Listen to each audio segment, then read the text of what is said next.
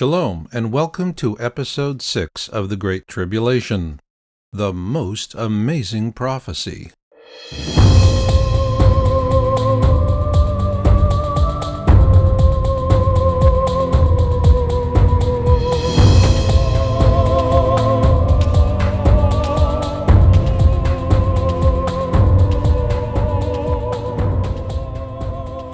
I'm your host, Marshall Masters, publisher of Jesus and the Third Temple, and this 13-part series is made possible by Your Own World Books and features author Robert Ryland. And now we begin with the first part of Episode 6, the most amazing prophecy.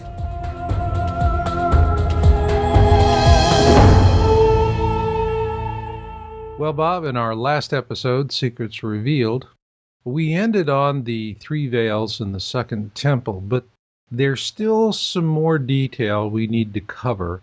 And so what I wanted to know is, were the veils replaced occasionally? Yes, they were replaced every 6 months. They were braided, of course, by 82 young damsels, as it says. They wouldn't want mature ladies with arthritic joints because they wanted this thing to be perfect, much as possible. And they were probably teenage girls. They used 74 cords of 22 threads each.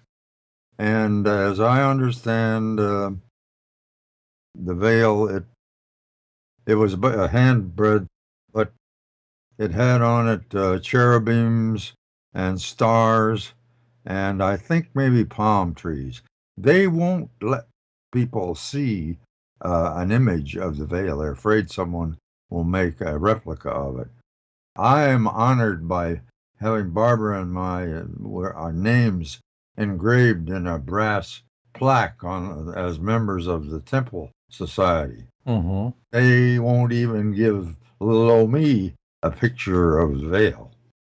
I've tried everywhere I know. They don't want anybody copying it. It's just sacred. Now, why is that? Because it hangs in front of the entrance to the temple.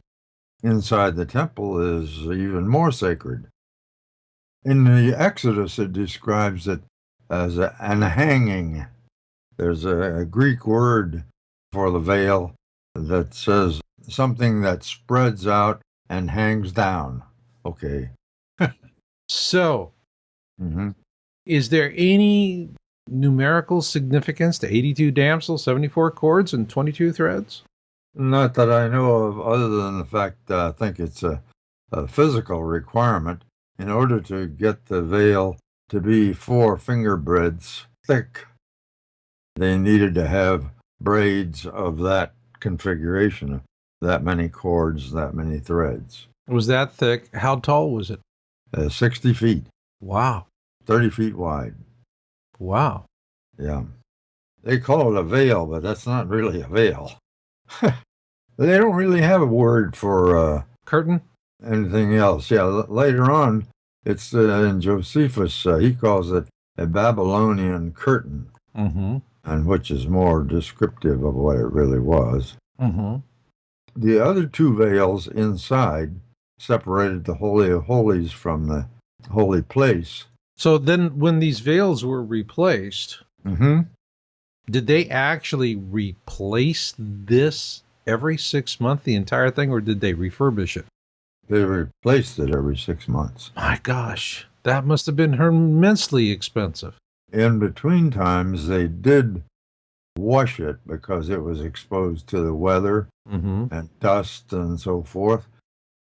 There were some ceremonies where they threw blood on, It took 300 priests to immerse it and lift it. Oh. Well, imagine, they must have been bruisers, the guys that did that even. Oh, man. I can just imagine it. Next question I have about the veils is, who were allowed to see the veils? The temple court, the court of women, was restricted to women and children who are not permitted to go up the 13 steps up to the court of the Israelites to make the offering. Mm. Only Jewish men were allowed to go up there. And if they were lepers, those men were not allowed to go through the gate. There were priests there to accept their sacrifice for them. Now, the only way you could see the veil would be from inside the gate. Mm-hmm. Standing down in the court of women, they wouldn't be able to see it at all. Mm. Maybe on feast days they could see part of it. But there was one place. Well, hold on a second. Let me ask you something, because I mean, you already told me we had 82 damsels. Yeah. That they're making this every 6 months. Yeah. But women in the public were not allowed to actually see it up close? Oh, not up close, no. The only place you could see the veil in its entirety was from the Mifkat altar up on the Mount of Olives. Mm-hmm. The priest was supposed to sprinkle the blood. When the sun came up behind him, the sun would illuminate the curtain, and he would see this beautiful hues of red and purple and gold. Mm-hmm.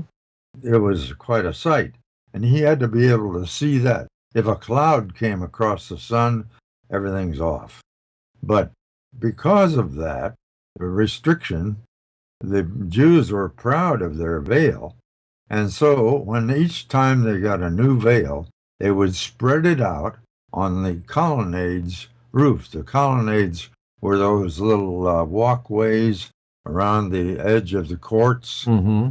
and they would put the veil on there, and then people could stand up on the Mount of Olives, and they wouldn't have to stand where the priest was at the Mifkat altar at all. They could, lots of people could see it, even Gentiles already, and that's the only way they could see it.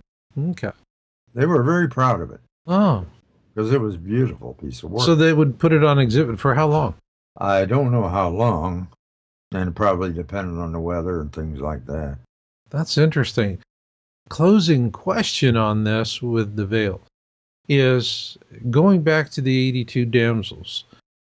Tell me about the process by which these gals were selected. I mean, yeah, they didn't have the age issue with arthritis in the hands, but was that the sole requirement, or did these girls have to have some sort of special lineage, attributes, schooling, something? I haven't seen anything on that, but just logic tells us that they had to be nimble of fingers and probably perform before a board of people to show that they, in fact, could braid and knit this veil at a speed that would be compatible with their goal.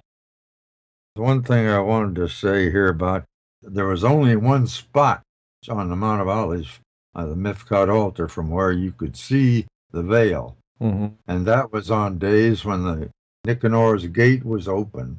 Mm-hmm. And in Talmud it says, when the priest sprinkles the blood, he must carefully direct his gaze.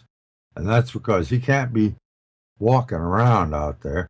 It's a space about the size of my desk here. Mm-hmm. If he walks too far to the left, wall would obscure part of the door. Mm-hmm. And if he walks too far backwards, it would cut off the top of it. And if he walks too far forward, and so forth. He had to stand in a particular place, and he couldn't cough or sneeze or nothing. Wow. He had to be exactly precise at that position. It's intriguing to me that the Jewish law is fascinating to me, Mm-hmm. even as a Christian, because like we've discussed before, it's strengthened my faith even, just by knowing the Jews' approach to dealing with God and with Messiah. The more that people know, the more it helps them. I mean, to me, that's the whole point of what we're doing with this series. Certainly. And I am, as a catastrophism researcher, I'm always interested in things that give people an edge. And if there's one thing that really gives you an edge, is the ability to think outside the box, which means you got to challenge your own belief systems, examine the belief systems of others objectively. You use what works for you, and what you don't use, move beyond it. I think I told you the first day I was on the job as a brand new engineer, Mm-hmm. I found out that the formula we had been taught for predicting bending stress in a beam Mm-hmm. in school was not correct. It had to be corrected. Mm-hmm. And that was a great revelation to me. On the defense of the professors, however, the man who derived the correction and new procedure did it while I was in school. But I understand that they're still teaching it the same way, in spite of that. This is just great stuff for listeners out there. With that, I'm going to ask you a quick question before we run out of time here, because we just got a few minutes left. What do you think is the most amazing Bible prophecy? To me, it's strictly my own opinion, but I believe that most people would agree. It's Daniel's prediction of when Messiah, son of David, would walk into Jerusalem as the Redeemer. Mm-hmm. And he did it exactly on the day that was prophesied. They'd been marking off their calendars for 483 years because that's when he was supposed to arrive. From the time that Artaxerxes, king of Persia, gave the commandment to Nehemiah to go forth and rebuild the city and the temple, it would be 483 years. But that the Messiah would be killed, then be scattered. And that prophecy is in Daniel chapter 9, verses 24 through 27. And it happened exactly on the date that he prophesied. On the 10th of Nisan, Jesus rode into Jerusalem with people throwing down their cloaks and palm fronds in his path, proclaiming him, Hosanna! Blessed is he who comes in the name of the Lord. Hosanna in the highest. So they knew that was the day, and that was him. And some of the priests, of course, were cautioning him not to say that. And he said to them, I'll tell you, if they didn't say it, these stones would cry out. And that verse came to me and my then wife, Beth, as we walked down the Mount of Olives, stumbling through those stones. That verse came out in my chest and in my head. It was marvelous to remember. Well, I'll tell you what, let's pick up on this a little bit more in the next segment. And I want to ask you, how did the Jewish people know, let me put this in quotation marks, when?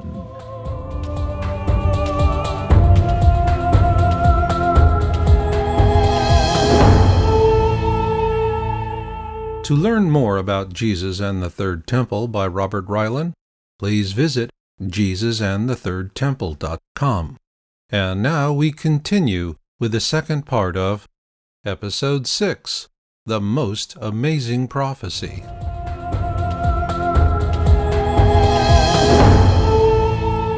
right, Bob.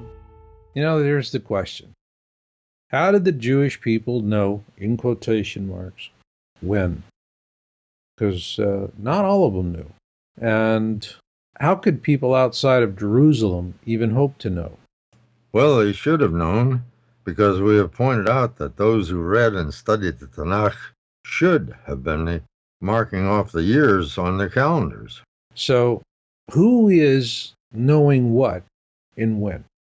Well, Artaxerxes was king at a specific time, and he gave this commission to Nehemiah in writing.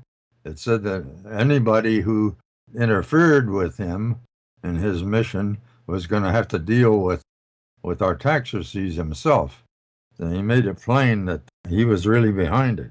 But counting off the years to that time was just a matter of their Jewish calendar.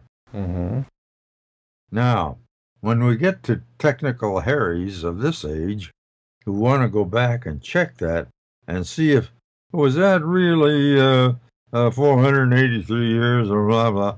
It gets very technical. All right. Because of a couple of factors. First factor is, you might say, that our Gregorian calendar, Jesus was born in 4 BC. Mm-hmm. So there's a correction that has to be made. So how did you come up with this 4 BC figure? I didn't come up with it. Scholars have determined that from other events that they've put together, and they have found that Pope Gregory's calendar has that error. It begins, what year 1 would be when they marked it down, but actually it should have been 4 years earlier than that.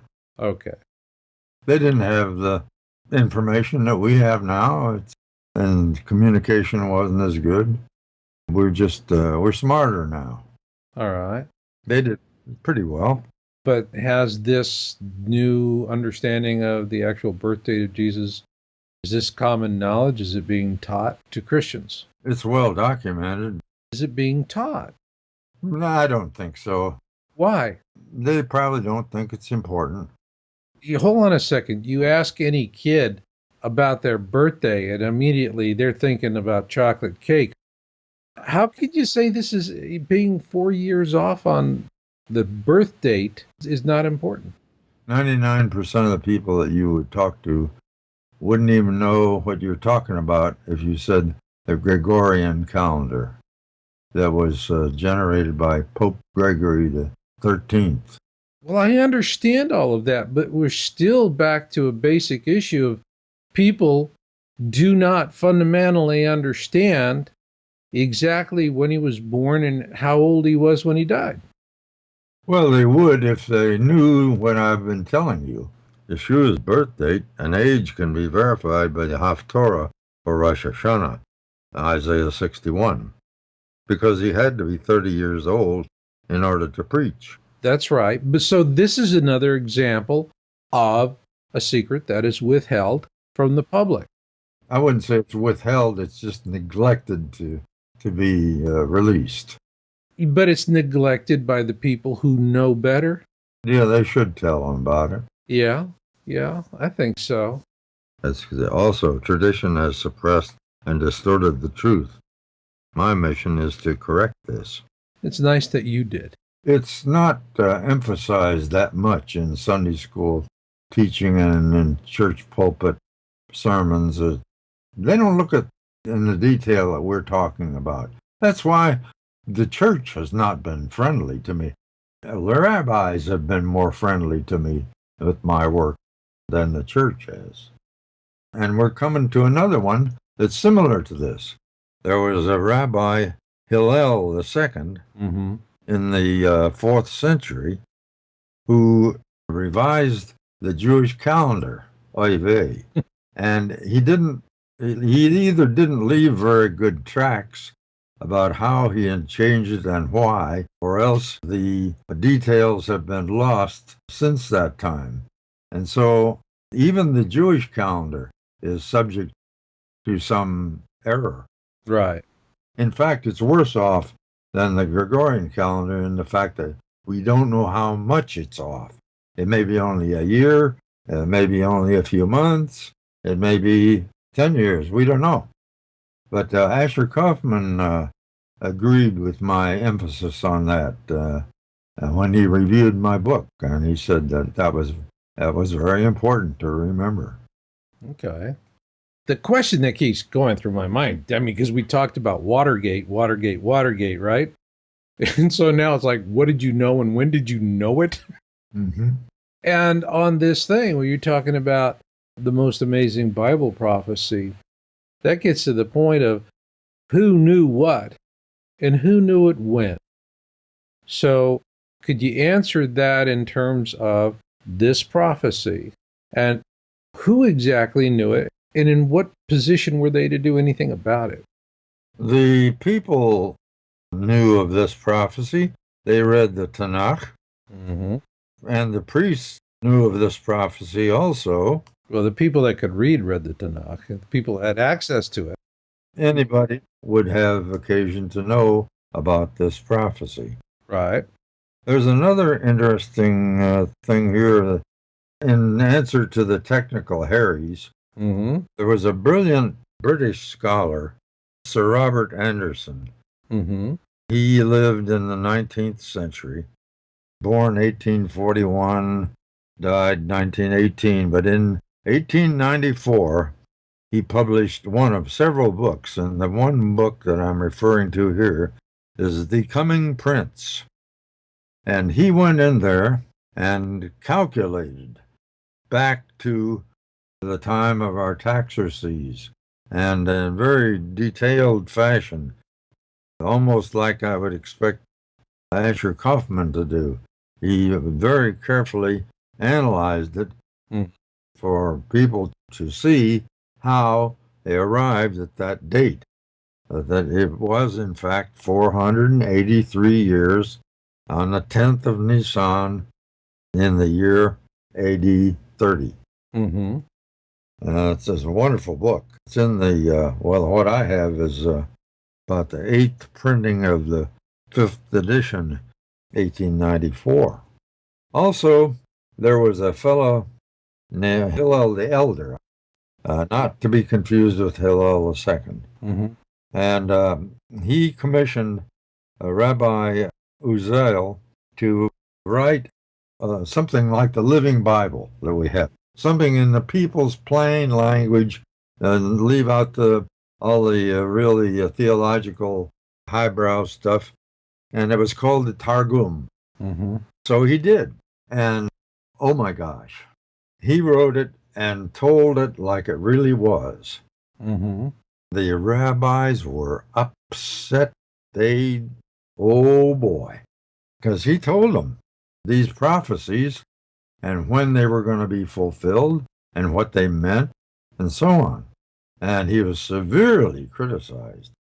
It was the end of his career. They banished him. He did a good work. Okay, doke, Bob. Yes. I want to throw a monkey wrench at you. Because one of the things I see time and time again is that historical information is, frankly, just perverted because it suits the needs of the church. So here's the question.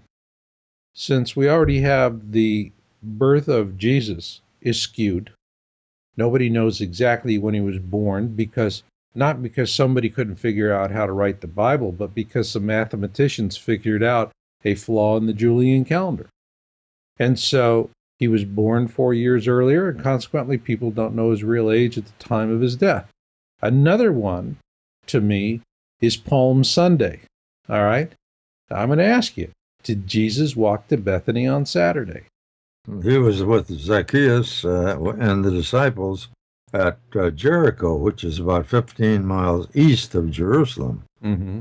And so it says in the gospel, they traveled to Bethany, and the next day he rode into Jerusalem. Well, if he had arrived there on a Saturday, the next day would have been Sunday. And so that's why everybody says it's Palm Sunday. They're forgetting the Jewish law. You cannot walk for 15 miles. You can't even walk 3/4 of a mile on Saturday if you're Jewish and obeying the law. So they'd had to have walked on what we would call Sunday, the first day of the week, which is what they call it. Mm-hmm. And they obtained donkey, and then the next day he rode into Jerusalem, which would have been Monday, and it would have been the 10th of Nisan. And that's significant, the fact that it's the 10th of Nisan. So, in other words, what is called Palm Sunday today is, in fact, Palm Monday. Should be, yes. Should be. It's like the scapegoat. Yeah. Okay, you got me on that one. We've always done it that way, you know. We've always done it that way. Good. Well, in the next segment, we'll get into it with a new question. Were miracles still present after the crucifixion? You up for that? Right.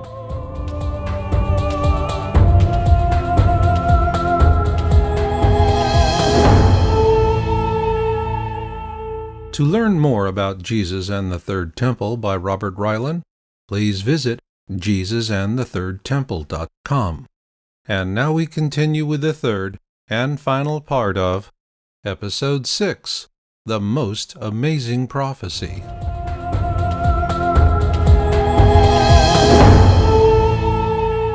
Okay, Bob.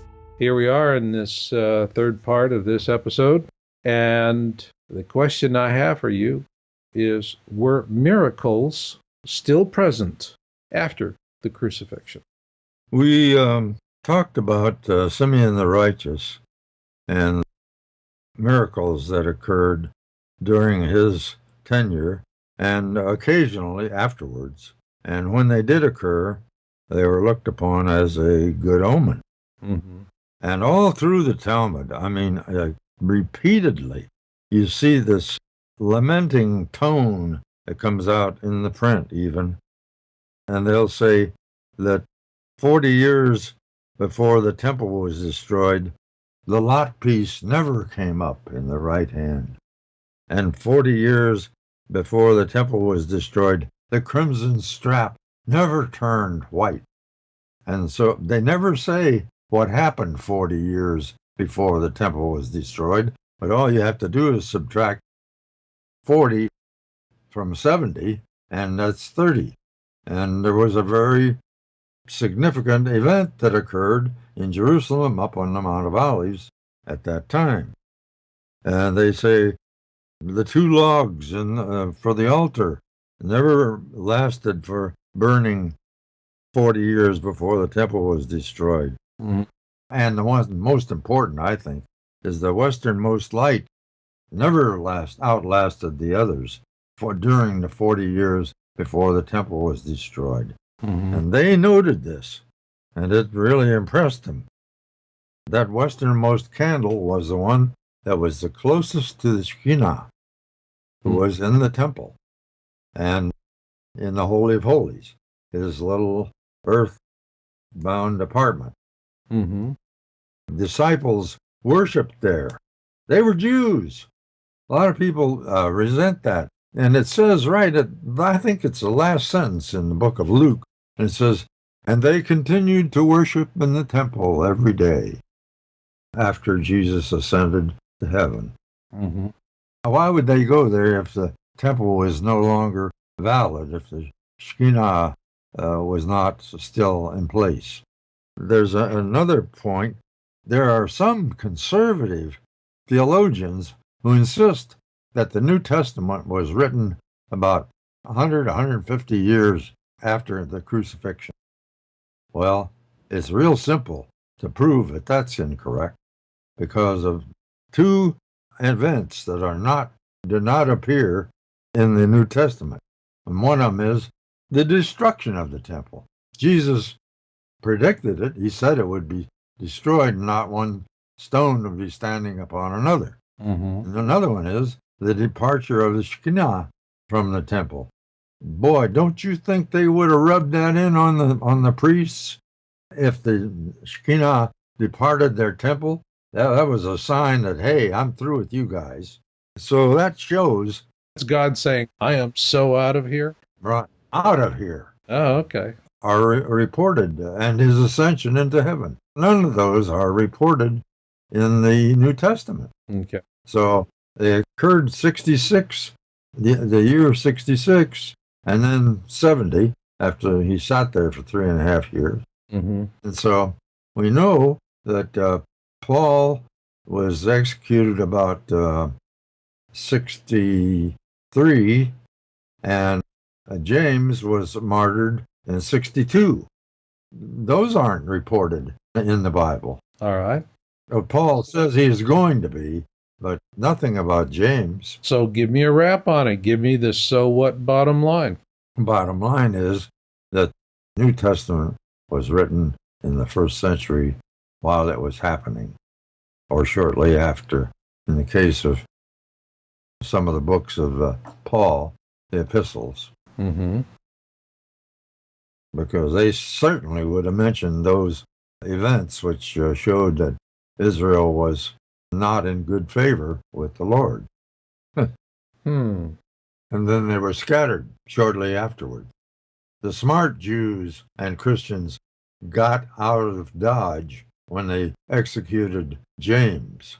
Right. He was so righteous. They said he was the second most righteous man who ever lived, and they called him the man with camel knees.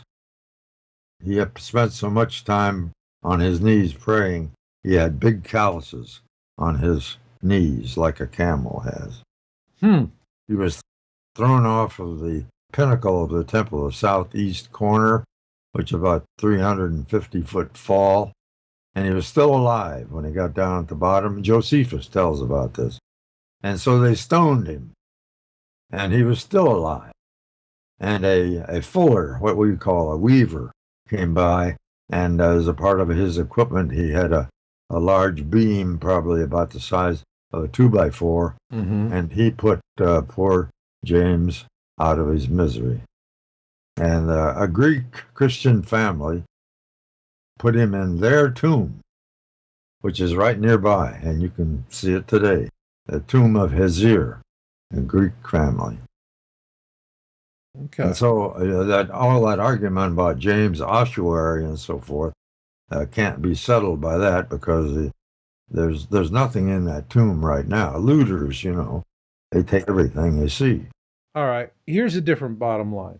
What I hear you saying is that there were none of Simeon's miracles during the final 40 years, from the crucifixion to the time the Second Temple was destroyed, right?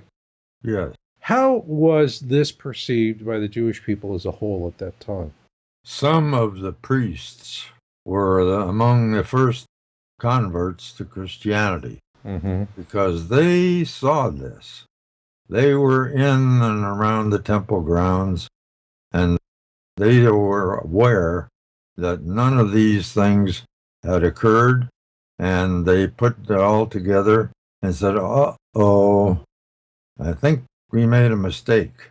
And they started looking back probably to the Tanakh, and said, sure enough, he arrived on the 10th of Nisan in 38. That was 483 years, just like Daniel had told us. And so where were we? My God, we missed it. And so a lot of them were among the first people converted to Christianity. Okay, but at that time, Christianity had no resemblance to what it is today. No. At that time, Christianity was a sect of Judaism. Exactly. Jews were the first Christians. Right. Today, if you ask an Orthodox Jew to define Reform Judaism, they'll just say it's Unitarian with the Torah. In other words, they're a fringe element group. So take me back to these early first Jews. One argument they had that is described in the New Testament was whether Gentiles who are converted to believe in Yeshua, whether they were held to law, that they have to be circumcised. And Paul convinced them, after much discussion with Peter and with James, he finally convinced them that no, Gentiles are not held to the law. Only Jews are held to the law, but they can be unified in worshiping Yeshua as their Savior, as the Son of God. That was a big controversy that they had for a while, but Paul was finally able to convince them, convince James, who was the bishop, if you will, of this sect whom we referred to. That answers your question.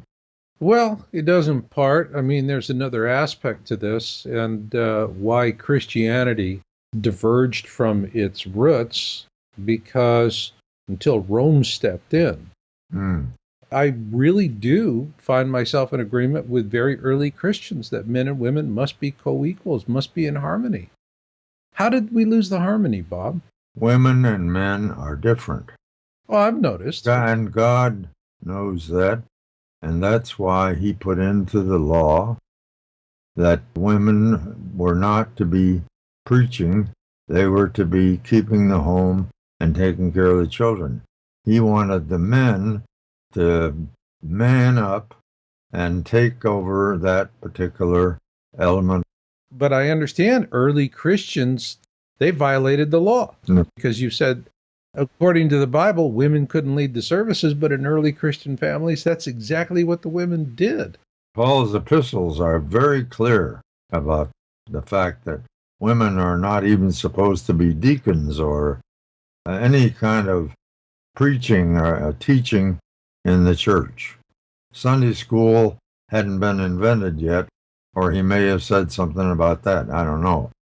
But women are more tending to go emotional than men are. Men are more like, hey, the X is here and then Y is there. There's where we go. And God knows that. He knows that they are different, and that's why he put that in the law. But men are much more violent than women. Pardon me? Men are much more violent than women. What do you see? Armies of 10,000 women marching out and raising and slaughtering and destroying entire countries? That's another area. Well, no, I think it's relevant to this because I really do see where Christianity shortchanges women. The Christianity of today. That's just my opinion. Even in the temple courts, women were forbidden to even to ascend the 13 steps to Nicanor's gate. There is no scriptural evidence of women teaching in Christian worship. And through history, some women have been pretty good soldiers. Yeah. One thing I wanted to say was that I believe if more Christians would stop and think that the first Christians were Jews, it might diminish some of the anti-Semitism that we live with today. I sure would love that. People in church don't realize that. You don't hear it from the pulpit. At least I can't ever recall any minister pointing that out. It's always denial of the history, but that's an old story. And frankly, I think if Christianity had not taken a left turn with the Council of Nicaea, it would have been different today. Well, I'm glad you mentioned the Council of Nicaea. That's where the Church of the East departed from the Roman Church. The Church of the East is what generated the Peshitta, which I have and I've talked to you about as the Lamsa Bible. George Lamsa translated the Peshitta from the original Aramaic Right. into English for our use. And the Church of the East exists today. Mm-hmm. They're in countries where you would not imagine, like Iraq, Afghanistan, even Nepal and China, Mm-hmm. east of the Caucasus. Mm-hmm. Probably comprise less than 1 million people. But they have, despite the fact they have 5 bitterly opposed factions, just like we do, they have one scripture, and it has never been changed in 2,000 years. We can't make that claim. Well, we can't. But that gives me an idea for a question. Okay. Because we have just a few minutes left in this segment. And I'm just dying to ask this one question. Because we talked about Indiana Jones and how the Ark of the Covenant, they got that all wrong in the movie and all that. But I forgot to ask you a question back then. Oh. Is there a real, and I say in quotes, Indiana Jones? Did you come across somebody that kind of fit that role? Yes, there was. Unfortunately, the late Vendell Jones Mm-hmm. was the person who inspired that character. George Lucas and Harrison Ford came across his work. He was a Baptist minister and archaeologist from Arlington, Texas, and he put out the word that he was looking for the Ark of the Covenant. Mm-hmm. Because he was scurrying around the Mideast and doing a lot of writing and researching and put out papers and so forth. And he wanted people to think he was looking for the Ark of the Covenant, but he was really searching for the ashes of the red heifer, because he had found over in Jordan in a museum copper scroll that gave the directions, just like a treasure hunt. Mm-hmm. It gave the directions of where the cave was, where the ashes were hidden. Mm-hmm. And he photographed that, and he was married to an Israeli wife who knew ancient Hebrew, Mm-hmm. and she translated it for him. And they, sure enough, they went over in the Qumran Valley there, near where that first urn was found, in fact. Mm-hmm. And it said that there was a wadi that had a cave that faced eastward, and on the floor of the cave was a marble floor. And he searched around there until he sure enough found a cave that met that description. And it was dangerous working there because they had cave-ins, and not only that, they had trouble with the Israeli Antiquities Organization. They had all kinds of problems. They used volunteers, people like myself, to go over there and work, and they could only work from November until April. They had a very short time because it was so hot in that desert, they just could not work. Mm-hmm. He worked about 18 years, I think. Mm-hmm. And they found one thing after another, as we talked about earlier. He found the urn that contained the anointing oil for the priests and the kings. Mm-hmm. And he found a couple of kilos of incense for the altar of incense, Mm-hmm. which was comprised largely of cinnamon, about 8 different varieties of cinnamon, which we had talked about earlier. Mm-hmm. He is the person who supposedly inspired that character. However, a few years ago, he passed away from pancreatic cancer. He suffered for a number of years. He continued working even while he was really deathly ill. Nobody could understand how he could keep going. You know what? Doing the research when you're sick Yeah, helps you get through it. you get strength from... Yeah. Well, that is interesting. Vendell Jones. Uh-huh. Okay. And a TV evangelist who knew him, said he was a buddy, told me, whatever you do, don't refer to Vendell Jones, because he's a loose cannon in the evangelical community, and you will just get dirt on yourself from associating with him. This is a buddy, you know. What kind of buddy is that? Yeah. I feel like, hey, the truth is the truth. And that's what I'm commanded to find. And God will take care of whatever occurs after I find the truth and deal with it. It's his problem, not mine. So I associate with Vendell's discoveries. And biblical archaeology never mentioned one thing that he found. Mm. And he took them before the rabbinical authorities, and they checked them out. And they're the real thing. The oil and the incense, and they were the real thing. Wow. And I believe, as I've told you before, that he also found the ashes, because they don't talk about it anymore. I haven't heard anything. Well, then that brings us up to what we're going to be talking about in the next episode in the series, the Red Heifer Ceremony. And I think we're going to have some fun with that. Roger that.